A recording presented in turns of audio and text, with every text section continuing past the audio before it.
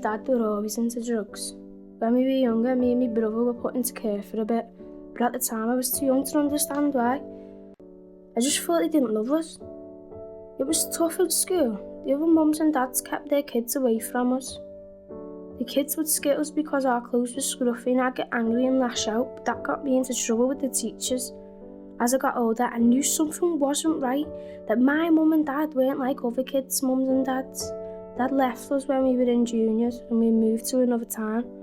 We had to start school all over again.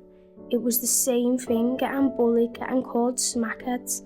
The teachers would ask me if everything was okay at home, and I'd lie, because I didn't want me and my brother going back into care again.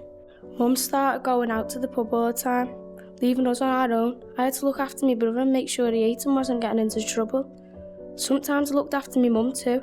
When she came home off her head, I put her into bed and check on her during the night to make sure she was okay.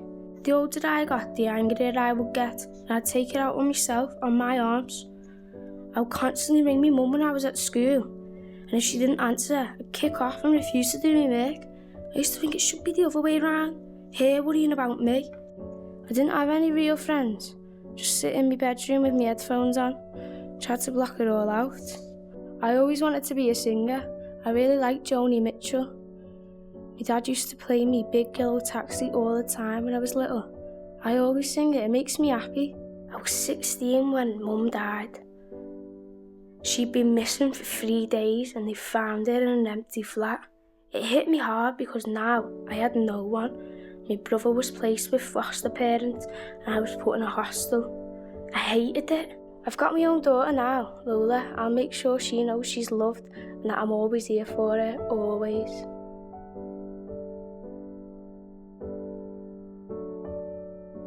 I've been brought up on weed. My dad smokes it, my mum smokes it, even my granddad smoked it when he was alive. My dad started smoking when he was 15, so I beat him by 2 years. All the kids around here, they're all on it. My dad reckons green isn't really weed, that they spray with smack and all stuff to get you hooked. He only smokes Rocky. He tried some of my skunk and he was off his head, puking up for a day. He started worrying about me then, told me to be careful. He even took her off me and flushed the 30 back down the bog. I just carried on though, thought I was the main man, selling her at school, inviting all my mates around for a smoke every night. Most of them at uni now, and I'm still at home. I was good at school, got top grades till year 10. Then I just never bothered, couldn't wait to leave. I thought it was boss at first, sat in my room listening to Biggie, but it just gets boring after a bit. 3 years later, I'm still exactly where I was when I was 16. I look at my dad, he's almost 50 now. What's he achieved? He works 12-hour shifts, can't even afford a decent car. He's always got a pile of crap from the auction that breaks down on the way home. He's always got a wrench in his greasy hand under the bonnet trying to fix it. Sometimes I want him to say to me, "What are you doing, son, wasting your life smoking and that stuff?" But he never does. How can he when the first thing he does from work is spark one up? I brought a girl round last year and I was embarrassed if I'm honest.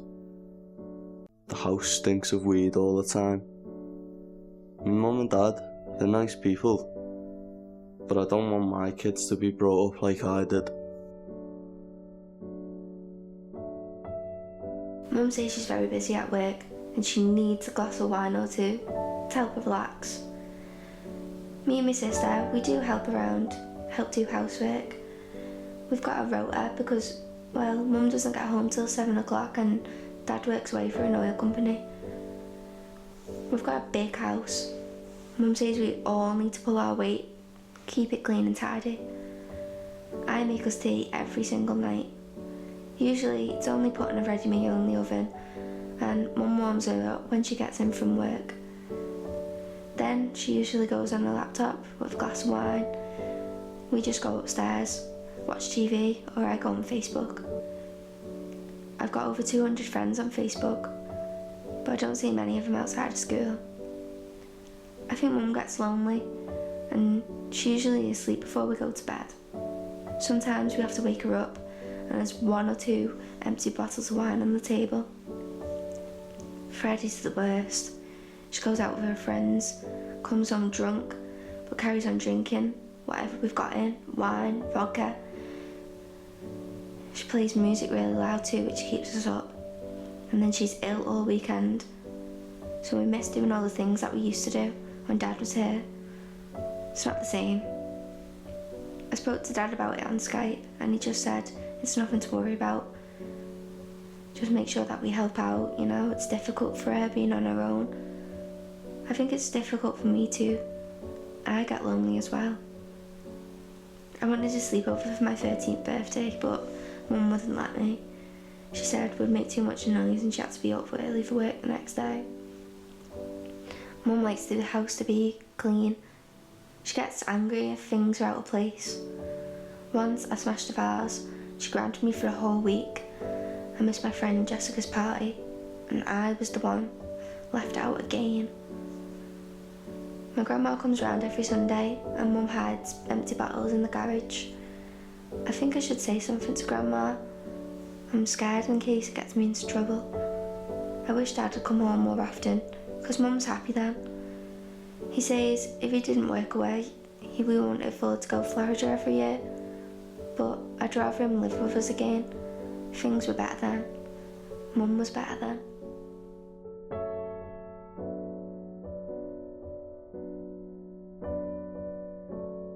My dad always seemed so happy. He did to me anyway. He was dead popular, my dad. He used to do the karaoke at the club. I remember coming home from college. It was really sunny. One of these days when you notice how many planes are in the sky, see the sun glittering off their wings, I decided to get my bike out and go for a ride. I opened the garage door and he was hanging from the roof. I stood there for ages, looking at his face. I thought he was messing about at first, trying to scare me and that. Then I realised that he was. I never knew he suffered from depression. He must have had it hid because all I remember is seeing him singing and joking. How can someone like that be depressed? How could he do that to us? To me? There must be something they're not telling us, or telling me. You don't just wake up one morning and decide to kill yourself. Me and my dad were both members of the cycling club. He said we'd go to watch the Tour de France this year, go to Paris to see the final stage and make a weekend of it. It was only a few months off. We'd got a map of Paris and circled a few hotels we wanted to look at. It's coming up to a year now, and I still can't believe he's gone. That we'll never go for a ride together again. I sold his bikes after the funeral, sold all his gears too. What good is it now?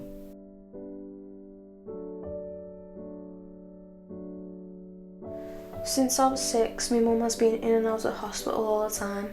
My nan used to tell me she has gone in for a rest, but I'm not a kid anymore. I know she's in a nut house. There are 3 of us, me and my 2 younger brothers. I'm the oldest, so I'm the one who has to take charge when my mum has to go for her treatment. I know when it's coming. She starts rushing around the house all the time. Can't keep still for 1 minute. Then she stays in bed all day. I can't get her up and she just spends all day crying. I have to get my brothers ready for school, do their packed lunch and walk them to junior school and then walk to mine a mile away. I'm always late. My attendance record is one of the worst in my year. They keep sending letters to my mum, but I rip them up. She wouldn't be bothered anyway. Dad's with his new girlfriend now, so we hardly ever see him. When my mum goes to hospital, we used to stay with him sometimes, but we can't anymore. He lives in a small flat, so he says we can't all fit in. Now he's got a new baby. My nan comes and stays at ours when she's well enough, which is good because she helps me with my brothers. I feel tight though because she had cancer and isn't well enough to look after us really. Mum's supposed to take her tablets, but I know she doesn't always take them. She usually comes out all calm and makes a big fuss of us, but then a few weeks later I can tell she's stopped taking her medicine. She starts shouting at us all the time, then she goes to bed and won't answer the door to anyone. Mum sometimes helps in a few days, but she was in all over the summer holidays last year. I was glad in a way because it was a break for me, not having to take my brothers to school. We even went to Chester Zoo with my dad for a day. He bought me a toy giraffe. I'm too old for cuddly toys, but I kept it anyway. I know my mum needs help, but so do I. I was going to tell my teachers what's happening, why I'm always late, but maybe Mum will get better this time. I was living in a hostel when I found I was pregnant. When I went to see the midwife, she asked me where I was living. I told her I didn't want to bring up my baby in there. And she put me in touch with an organisation who helped me to get my own flat. They also put me in touch with a counsellor who was really helpful and taught me anger management strategies. I stopped self-harming as soon as Lola was born. At least I've got someone now who I can contact if I'm struggling. I've decided to do singing full time and rehearse with a band twice a week. I really think I've turned my life around now. I'm positive about the future.